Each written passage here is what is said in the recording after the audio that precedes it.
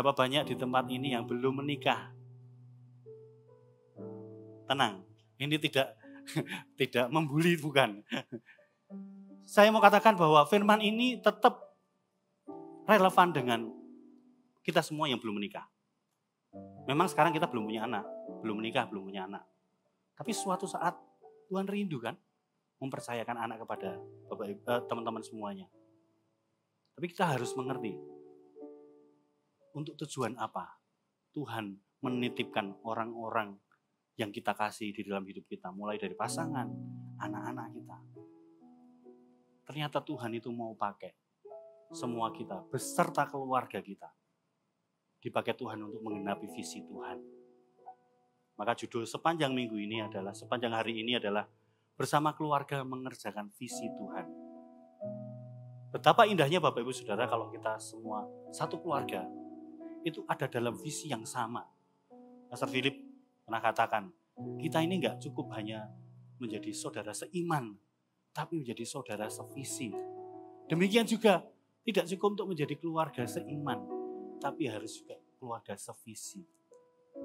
Kalau kita ada di dalam visi yang sama, kita ini bersama keluarga ini fokusnya bisa sama. Mengerjakannya bisa bareng-bareng. Value-nya sama, prinsipnya sama. Wow, betapa indahnya kalau satu keluarga ini dipakai Tuhan, melayani Tuhan di gereja ini. Ya, mulai dari senior ya, kemudian anaknya mungkin pro-M ya, ada anaknya yang Eagle Kid, wah semua bersama-sama melayani Tuhan. Bersama keluargaku melayani Tuhan.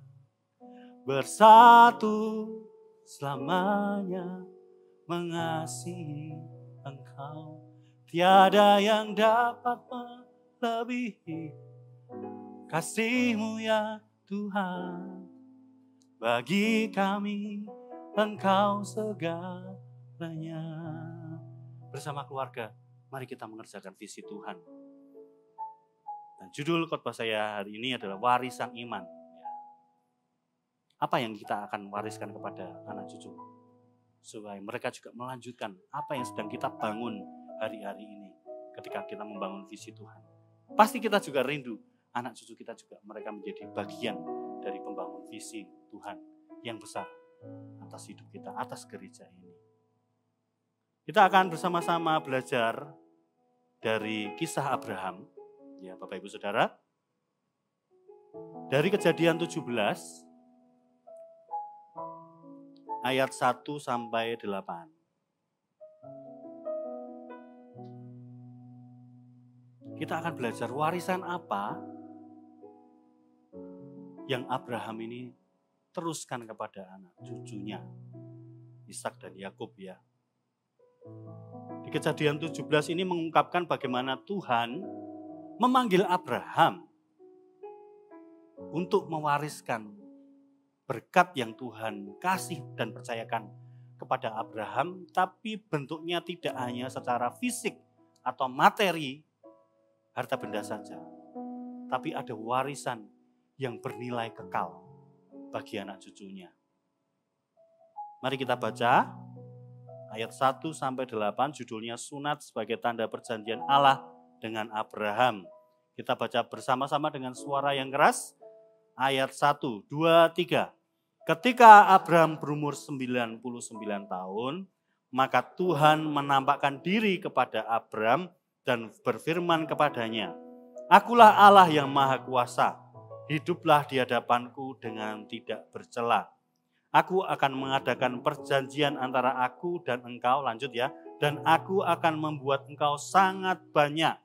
Lalu sujudlah Abraham dan Allah berfirman kepadanya, "Dari pihakku, inilah perjanjianku dengan engkau. Engkau akan menjadi bapa sejumlah besar bangsa. Karena itu namamu bukan lagi Abram, melainkan Abraham. Karena engkau telah kutetapkan menjadi bapa sejumlah besar bangsa. Aku akan membuat engkau beranak cucu sangat banyak. Engkau akan kubuat menjadi bangsa-bangsa. Dan daripadamu akan berasal raja-raja. Aku akan mengadakan perjanjian antara aku dan engkau serta keturunanmu turun-temurun menjadi perjanjian yang kekal, supaya aku menjadi Allahmu dan Allah keturunanmu. Kepadamu dan kepada keturunanmu akan kuberikan negeri ini yang kau diami sebagai orang asing, yakni seluruh tanah Kanaan akan kuberikan menjadi milikmu untuk selama-lamanya, dan aku akan menjadi Allah mereka. Amin. Katakan amin. Dikisahkan bahwa Abraham ini sudah lama mengikuti Yesus, mengikuti Tuhan. Tapi belum semua janji-janjinya digenapi, diterima. Belum sepenuhnya. Sudah lama ikut Tuhan, sudah mengerti, ya, sudah menerima janji, tapi belum semuanya itu diterima saat itu juga. Ada proses yang panjang. Demikian halnya juga kita Bapak Ibu Saudara. Mungkin di antara kita ada yang sudah lama sekali ikut Tuhan. Sudah menjadi Kristen, sudah mengikut Tuhan, sudah kenal Yesus Tuhan. Tapi ada beberapa janji yang belum diterima. Ada beberapa permohonan doa yang belum dijawab.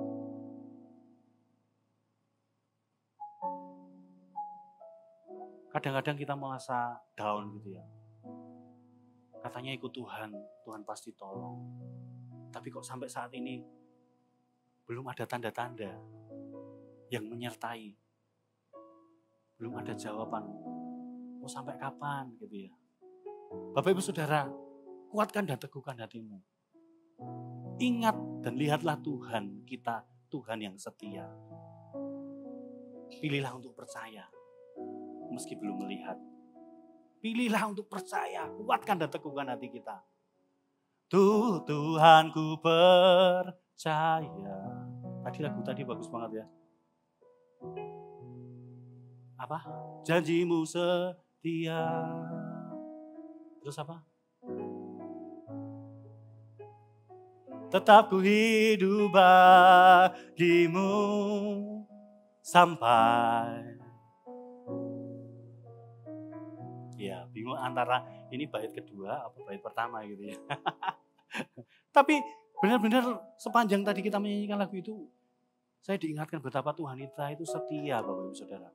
Coba di dalam setiap musim kehidupan kita, kalau kita sampai saat ini ada, bukankah itu sebuah bukti Tuhan itu menyertai kita? Kita masih ingat pandemi 2020? Ada yang belum mengalami pandemi 2020? Udah semua pasti kan? Bagaimana kita takut, bagaimana kita khawatir segala sesuatunya. Waduh. Dan itu prosesnya panjang mungkin sampai saat ini. Efek dari pandemi 2020. Perekonomian, kesehatan, hubungan, aduh.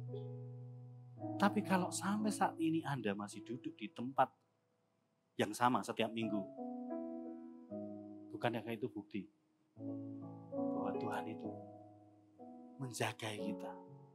Tuhan itu setia, Bapak Ibu Saudara. Meskipun kita mengikut Tuhan, Abraham sudah mengikut Tuhan bertahun-tahun, tapi janji Allah mengenai keturunan dan tanah belum sepenuhnya terwujud semuanya. Abraham sebelum menjadi Abraham dan istrinya Sarai tidak memiliki anak. Dan secara manusiawi mustahil. Abraham waktu itu umur 99 tahun, hampir 100 tahun. Sarai 90 tahun. Bagaimana mungkin? Tapi nanti kita akan baca di ayat 1.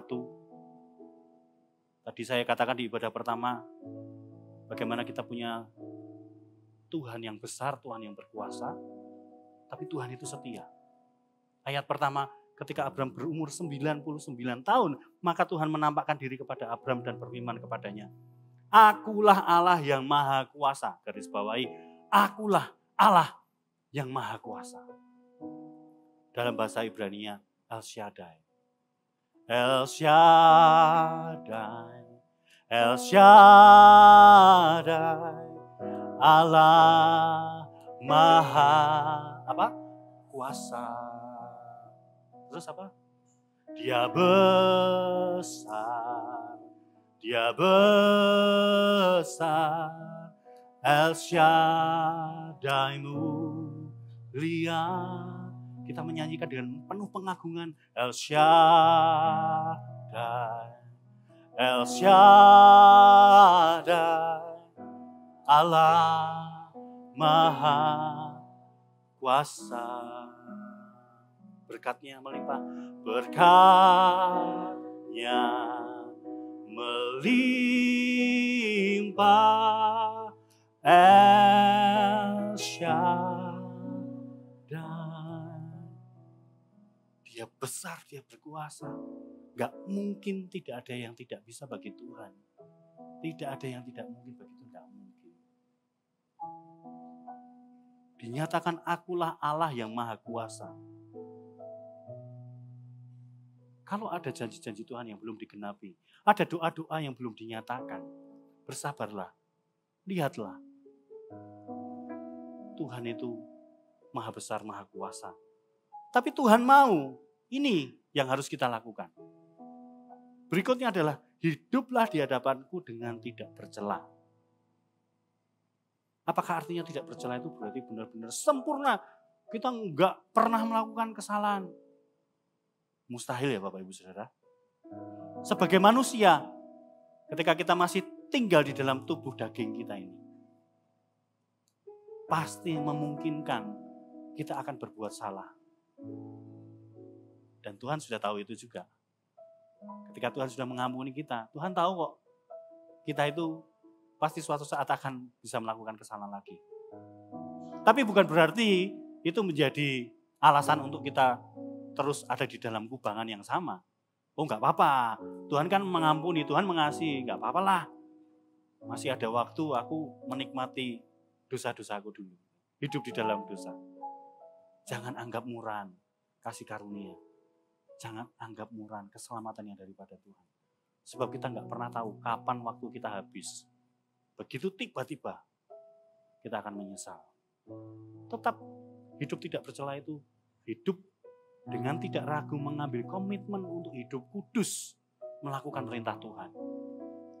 Itu artinya hidup tidak bercela di hadapan Tuhan. Sepakat dengan Tuhan.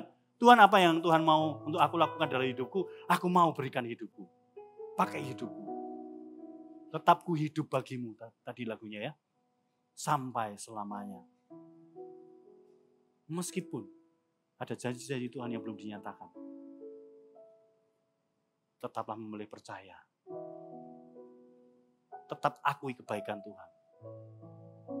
Dalam segala hal. Apapun yang terjadi di dalam hidup kita. Tuhan Yesus tetap baik. Saya merasa ada banyak Bapak Ibu Saudara yang hari-hari ini terus berdoa. Menantikan janji Tuhan. Menantikan jawaban-jawaban Tuhan. Tapi Tuhan belum menyatakan semuanya. Tapi bukan berarti Tuhan tidak pernah menjawab loh ya. Ada banyak hal yang sudah Tuhan jawab di kemarin-kemarin dan dulu-dulu ya. Tetap kerjakan bagian kita. Mengucap syukur, mencukupkan diri, dan percaya bahwa Tuhan juga rindu memulihkan kita. Memulihkan keluarga kita, memulihkan pasangan kita, memulihkan anak-anak kita, memulihkan orang tua kita. Tuhan rindu mencurahkan berkat keluarga sampai ke anak cucu kita.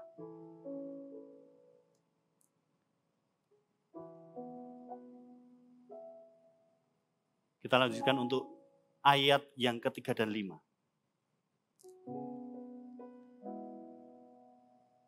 Lalu sujudlah Abram dan Allah berfirman kepadanya,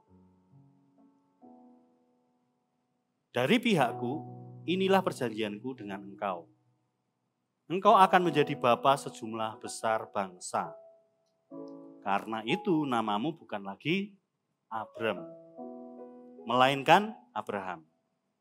Karena engkau telah kutetapkan menjadi bapa sejumlah besar bangsa. Di ayat yang ketiga sampai kelima ini, Tuhan mengganti nama Abram menjadi Abraham. Nama itu kan doa ya Bapak Ibu Saudara. Makanya kita semua kalau memilihkan nama anak-anak kita pasti yang bagus-bagus gitu ya. Namanya yang keren-keren. Nggak mungkin yang sembarangan gitu ya. Karena nama adalah doa. Abraham menjadi Abraham adalah tanda dari misi dan panggilannya yang baru, yaitu sebagai Bapa banyak bangsa. Bapa sejumlah besar bangsa. Tuhan menggantikan nama itu. Tuhan juga mengganti nama. Tidak hanya Abraham menjadi Abraham ya. Tapi istrinya Sarai menjadi Sarah. Sarah ini berarti putri. Tuhan memberi nama yang artinya adalah putri. Menunjukkan penghormatan Allah terhadap istri Abraham ini. Karena dia akan menjadi ibu bagi bangsa-bangsa. Yang akan melahirkan keturunan-keturunan perjanjian. Mari bawa anak-anak kita Bapak Ibu Saudara di hadapan Tuhan. Bagi Anda yang mungkin sedang hamil, sejak di dalam kandungan, ajak untuk menyembah Tuhan. Doakan bahwa janin dalam kandungan untuk terkonek dengan pribadi Roh Kudus. Bagi kita yang sudah punya anak-anak, bawa mereka di hadapan Tuhan. Bawa mereka ke gereja. Bawa mereka ke Eagle Kid. Gereja kita sangat concern dengan memuridkan di semua usia pengembalaan. Termasuk anak-anak. Anak-anak di GMS bukan sekedar angka ikut Bapak Ibu. Tapi mereka lah generasi yang sedang dipersiapkan untuk menjadi pembangun-pembangun visi berikutnya. Luar biasa keseriusan gereja ini. Memuridkan anak-anak. Makanya di tempat kita, anak-anak tidak dinamakan sekolah minggu. Tapi gereja anak. Mereka sama seperti kita. Bahkan mereka juga ada CG. CG anak-anak itu sudah diajak CG, sudah dididik. Bagaimana hidup dalam komunitas yang sehat, komunitas yang benar. Anak-anak diperlengkapi untuk melayani Tuhan. Mereka diajarin bagaimana caranya pegang mixer sound, bagaimana pegang kamera, bagaimana memainkan alat musik, bagaimana menjadi PAW.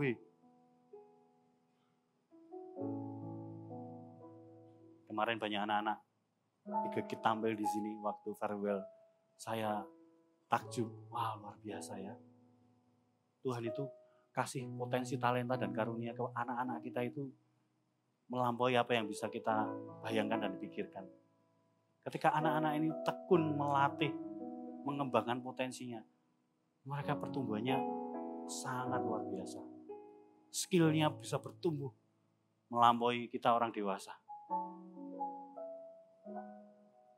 Anak-anak adalah generasi penerus kita, Bapak Ibu Saudara.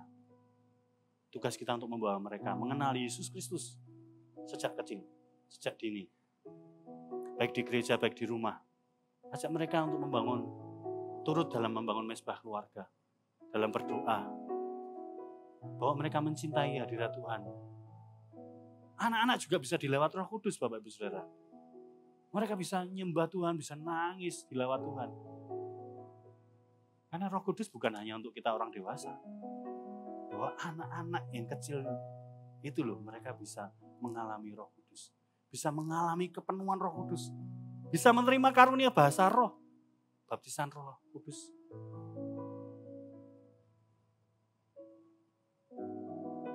Mari kita sebagai orang tua. Baik yang sudah menikah, yang sudah punya anak maupun yang belum. Kita sama-sama punya tanggung jawab yang sama. Untuk kita mempersiapkan generasi berikutnya. Bagi teman-teman Pro M, Anda yang belum menikah, belum punya anak, bukankah Anda punya anak-anak rohani? Bukankah Anda punya orang-orang di sekitarmu yang sesungguhnya Tuhan itu titipkan untuk engkau muridkan melalui hidupmu. Hidup yang menjadi berkat, hidup yang menjadi teladan. Hidupmu itu berdampak sungguh-sungguh, teman-teman Pro M. Di usia yang puncak kejayaan, maksudnya segala potensi kalian punya. Masih sehat, masih lincah ya. tapi belum terikat banyak tanggung jawab seperti family ya. Family sudah ngurusin pasangan, ngurusin anak. Tapi Bro M ini luar biasa. Di usia emasnya ya. Maksudnya benar-benar pemakaian Tuhan itu akan sangat luar biasa karena potensi yang besar dan kesempatan yang terbuka luas untuk dipakai Tuhan. Kita lanjutkan ayat yang ke berapa tadi? 6 ya Bapak Ibu Saudara. Kejadian 17 ayat 6 sampai 8 saya bacakan. Aku akan membuat engkau beranak cucu sangat banyak. Engkau akan kubuat menjadi bangsa-bangsa dan daripadamu akan berasal raja-raja. Aku akan mengadakan perjanjian antara aku dan engkau serta keturunanmu turun-temurun menjadi perjanjian yang kekal, supaya aku menjadi Allahmu dan Allah keturunanmu. Kepadamu dan kepada keturunanmu akan kuberikan negeri ini yang kau diami sebagai orang asing, yakni seluruh tanah Kanaan akan kuberikan menjadi milikmu untuk selama-lamanya, dan aku akan menjadi Allah mereka. Kejadian 17 ayat 6 sampai 8 ini ternyata janji Tuhan tidak hanya untuk Abraham, tetapi juga untuk keturunannya. Ini menjadikan bahwa berkat Tuhan itu mengalir dari generasi ke generasi.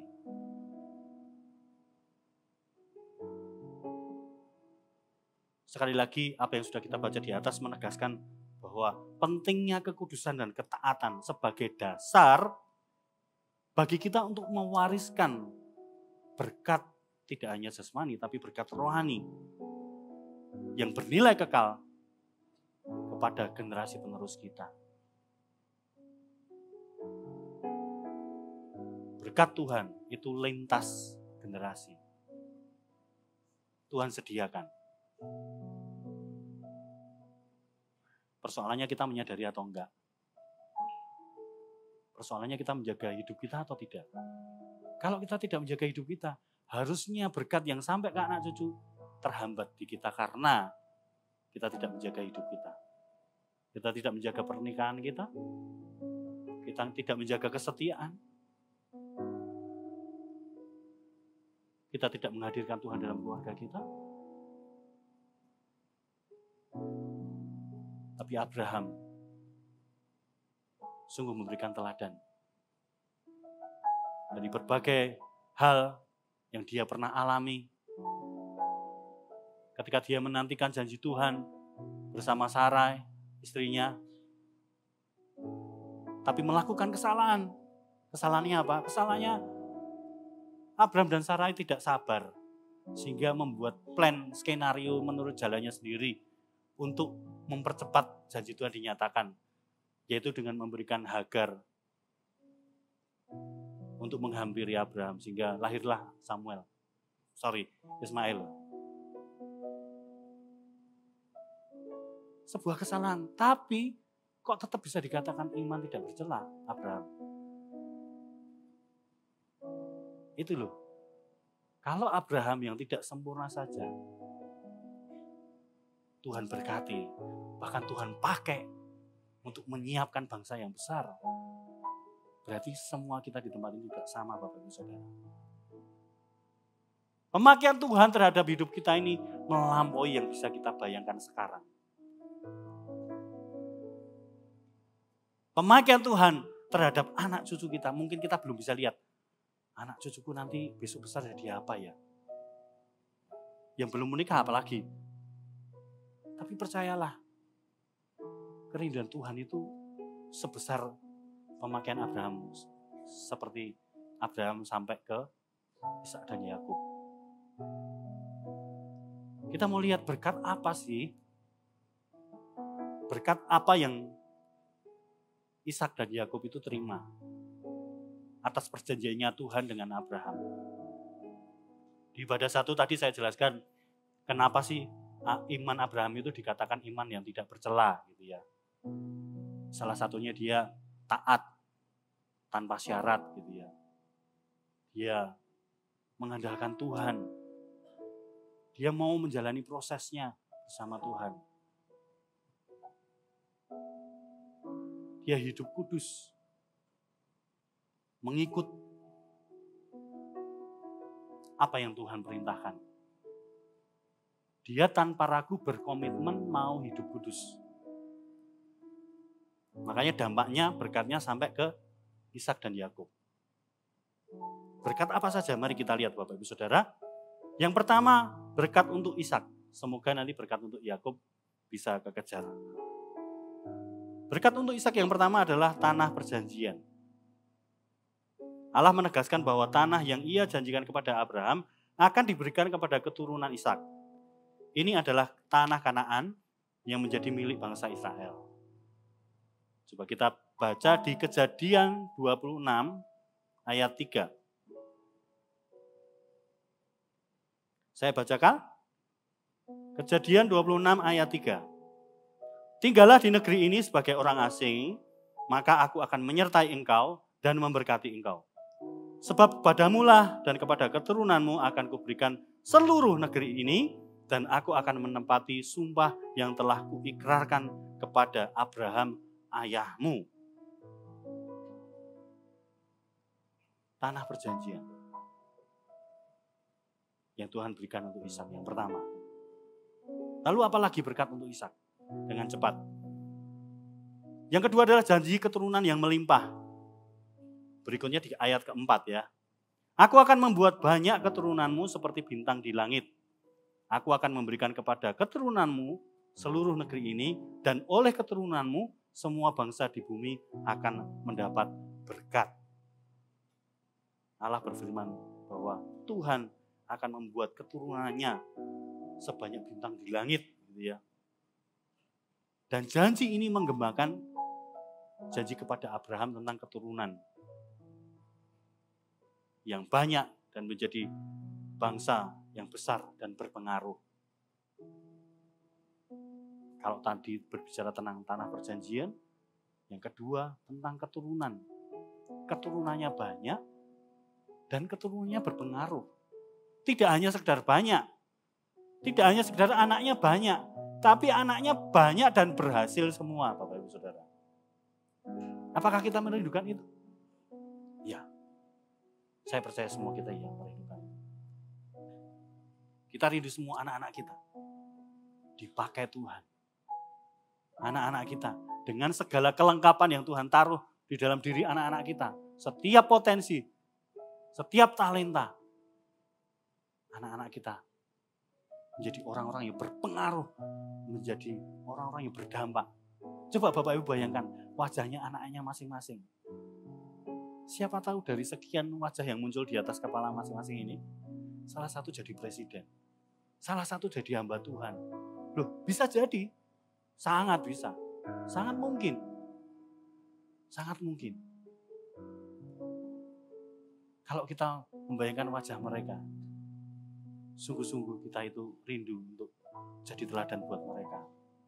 Rindu untuk membawa mereka mengenal dan mengalami Tuhan secara pribadi sejak dini. Jadi yang anaknya masih sedikit, mau banyak,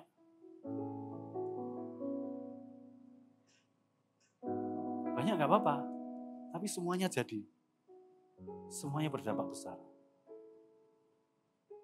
Bagi Anda, pasangan suami istri yang rindu dikaruniai anak, saya terdorong untuk nanti setelah ibadah, di akhir ibadah ini, ketika altar call, majulah, kita bersepakat berdoa minta keturunan buat Bapak Ibu Saudara yang merindukan itu ya. Karena Abraham aja bisa loh. Demikian juga setiap kita yang di sini merindukan, dipercayakan anak jasmani, Tuhan pasti sanggup.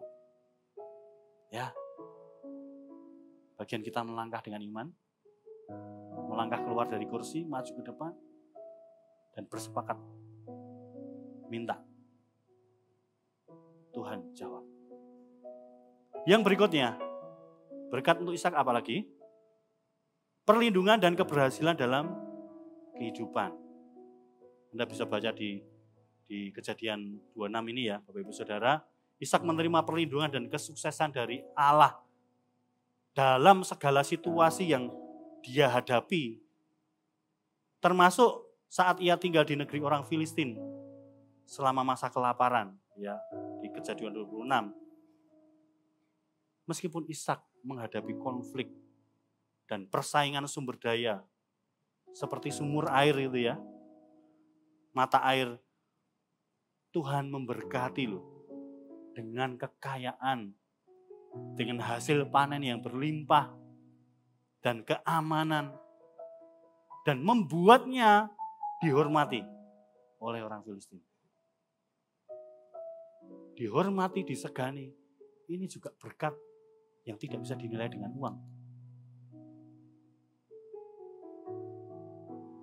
Tuhan membela. Tuhan mengangkat. Sehingga banyak orang menghormatinya. Karena anak ini berpengaruh. Karena anak ini berdampak. Demikian juga anak-anak Bapak Ibu Saudara. Tuhan membelanya. Tuhan mengangkatnya. Supaya melalui kehidupan anak-anak Bapak Ibu Saudara, nama Tuhan dipermuliakan. Yang berikutnya adalah berkat materi. Ini semua kita pasti pengen, ya kan? Semua orang menginginkan. Allah memberkati Ishak dengan kekayaan dan sumber daya yang melimpah. Kejadian 26 ayat 12 sampai 14 saya bacakan. Maka menaburlah Ishak di tanah itu, dan dalam tahun itu juga ia mendapat hasil 100 kali lipat. Sebab ia diberkati Tuhan. Dan orang itu menjadi kaya, bahkan kian lama kian kaya. Sehingga ia menjadi sangat kaya. Ia mempunyai kumulan kambing domba dan lembu sapi, serta banyak anak buah. Sehingga orang Filistin itu cemburu kepadanya. Makin lama makin kaya, makin lama makin kaya, dan sangat kaya. Janji Tuhan, ya dan amin. Tidak hanya berkat materi saja. Kalau berkat materi aja dinyatakan, apalagi berkat-berkat yang bersifat kekal, rohani. Tuhan terlebih rindu menyatakan itu sampai ke anak cucu kita semua, Bapak Ibu Saudara. Ishak menabur dan mendapatkan hasil 100 kali lipat. 100 kali lipat. Itu sebuah multiplikasi yang besar yang Tuhan nyatakan. Itu berkat yang buat Ishak, beberapa berkat yang diterima Ishak ya. Lalu kita mau lihat dong, berkat untuk Yakub apa? Mirip-mirip Bapak Ibu Saudara. Berkat untuk Yakub yang pertama, janji keturunan yang melimpah dan bangsa yang besar. Ini ada di Kejadian 28 ayat 13 sampai 15 saya bacakan buat Bapak Ibu Saudara semuanya. Berdirilah Tuhan di sampingnya dan berfirman, Akulah Tuhan, Allah Abraham, nenekmu, dan Allah Ishak. Tanah tempat engkau berbaring ini akan kuberikan kepadamu dan kepada keturunanmu. Keturunanmu akan menjadi seperti debu tanah banyaknya, dan engkau akan mengembang ke sebelah timur, barat, utara, dan selatan. Dan olehmu serta keturunanmu serta kaum di muka bumi akan mendapat berkat. Berkat Tuhan dinyatakan untuk Yakub. Sama ya. Keturunan yang melimpah, bangsa yang besar. Itu janji yang pertama dinyatakan. Lalu berikutnya, tanah perjanjian. Ada di ayat 13 tadi kan. Berdirilah teguh di sampingnya dan berfirmanlah, Aku Tuhan Allah Abraham, nenekmu, dan Allah Ishak, tanah tempat engkau berbaring ini akan kuberikan kepadamu dan kepada keturunanmu. Yakub menerima janji bahwa keturunannya akan memiliki tanah Kanaan. Yang berikutnya, janji tentang perlindungan dan kehadiran Tuhan.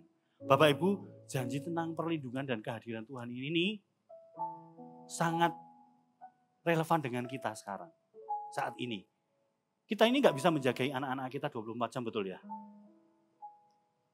Dan dunia semakin jahat. Pengaruh dunia ini sudah merambah ke anak-anak itu dengan akses yang sangat terbuka, yaitu internet. Mereka dengan mudah mengakses internet, mau dari handphone, dari tab, dari apapun juga. Itu dari pengaruhnya, dari pengaruh buruknya. Belum lagi kita tidak bisa menjagai mereka, bahwa mereka ini aman, tidak jatuh, tidak kenapa-kenapa. Karena kita nggak tahu ketika mereka di sekolah, ketika mereka kuliah, ketika mereka di luar kota. Hanya Tuhan sebagai sumber perlindungan untuk anak-anak kita. Makanya kita terus pentingnya kita berdoa bagi anak-anak Tuhan, lindungi anak-anakku. Luputkan dari segala mara bahaya, luputkan dari yang jahat, luputkan dari maut. Tolak dalam nama Yesus. Perlindungan Tuhan sempurna atas anak-anakku.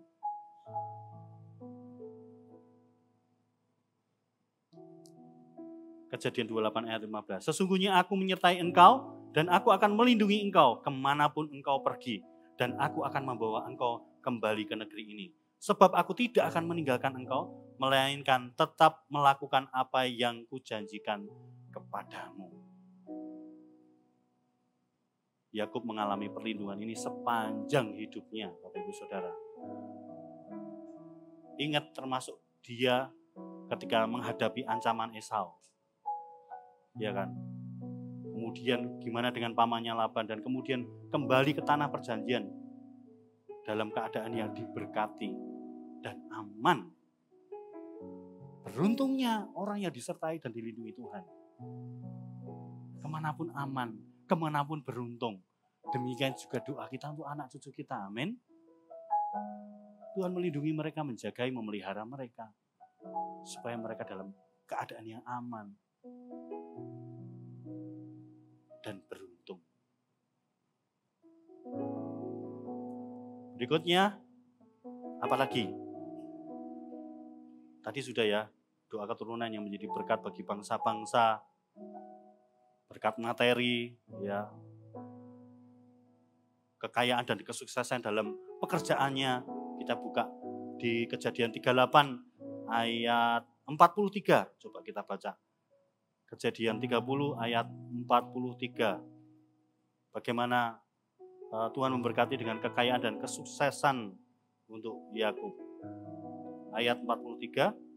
Maka sangatlah bertambah-tambah harta Yakub dan ia mempunyai banyak kambing domba, budak perempuan dan laki-laki, unta dan keledai.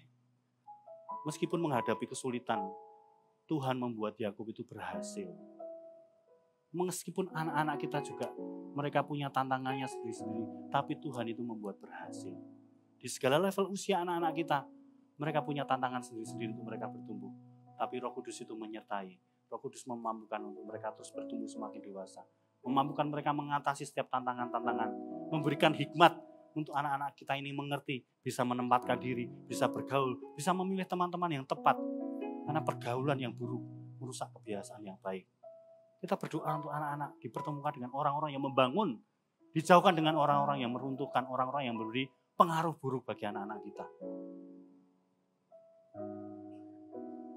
Tuhan membuat Yakub berhasil dalam pekerjaan dan usahanya.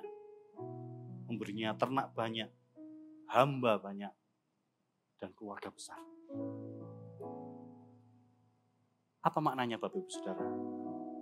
Makna berkat Tuhan bagi Ishak dan Yakub. Dengan memberkati keturunan Abraham melalui Ishak dan Yakub, Tuhan itu menunjukkan kasih kesetiaannya pada perjanjian yang dibuatnya dengan Abraham. Ishak dan Yakub adalah bukti betapa Tuhan kita itu Tuhan yang setia. Tadi lagu tadi sangat-sangat mengena. Tuhanku setia, menjaga, memelihara.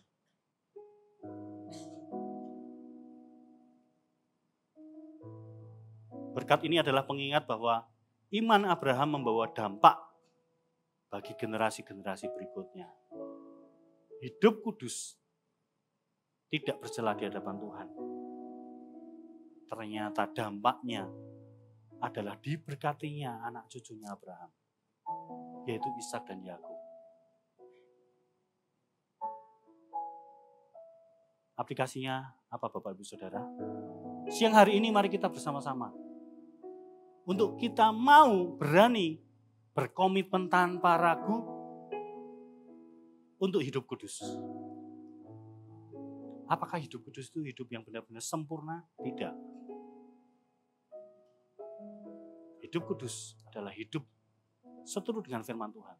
Kita berkomitmen, aku mau melakukan seperti yang Tuhan mau. Menjaga hidup kudus. Menjaga hidup yang berkenan di hadapan Tuhan. Meninggalkan manusia lama. Apapun yang masih mengikat Bapak Ibu Saudara sekarang semuanya. Lepaskan itu. Kalau memang itu membuat kita terikat, tidak bisa lepas dari dosa, lepaskan. Hanya butuh keberanian tanpa ragu mengambil komitmen. Itu bagian kita. Ketika nanti kita melangkah, Roh Kudus yang menyertai. Banyak orang takut berhenti merokok, takut gagal. Banyak orang nggak bisa berhenti merokok itu karena takut gagal. Aku mau berhenti merokok, tapi aku takut nanti nggak bisa. Belum dicoba, sudah takut duluan. Saya dulu perokok berat juga Bapak Ibu Saudara. Tapi satu titik sampai saya menyadari, masa hidupku tergantung rokok? Kan hidupku bukannya aku lagi, tapi Kristus dalamku. Berarti hidup kita tergantung perkataan Tuhan, bukan tergantung pada rokok. Demikian juga keterikatan yang lain. Hidupku tidak terikat game. Hidupku tidak terikat apapun yang membuat kita bisa menjauh dari Tuhan. Apapun yang bisa menggeser posisi Tuhan dalam hidup kita. Itulah yang harus disingkirkan. Biar Tuhan tetap nomor satu dalam hidup kita. Segala-galanya dalam hidup kita. Seperti Abraham kita dipanggil untuk hidup kudus di hadapan Tuhan. Kekudusan kita adalah fondasi bagi berkat yang akan diwariskan kepada anak cucu kita. Pertanyaannya, maukah kita keluar dari zona nyaman, meninggalkan setiap dosa keterikatan, supaya anak cucu kita diberkati?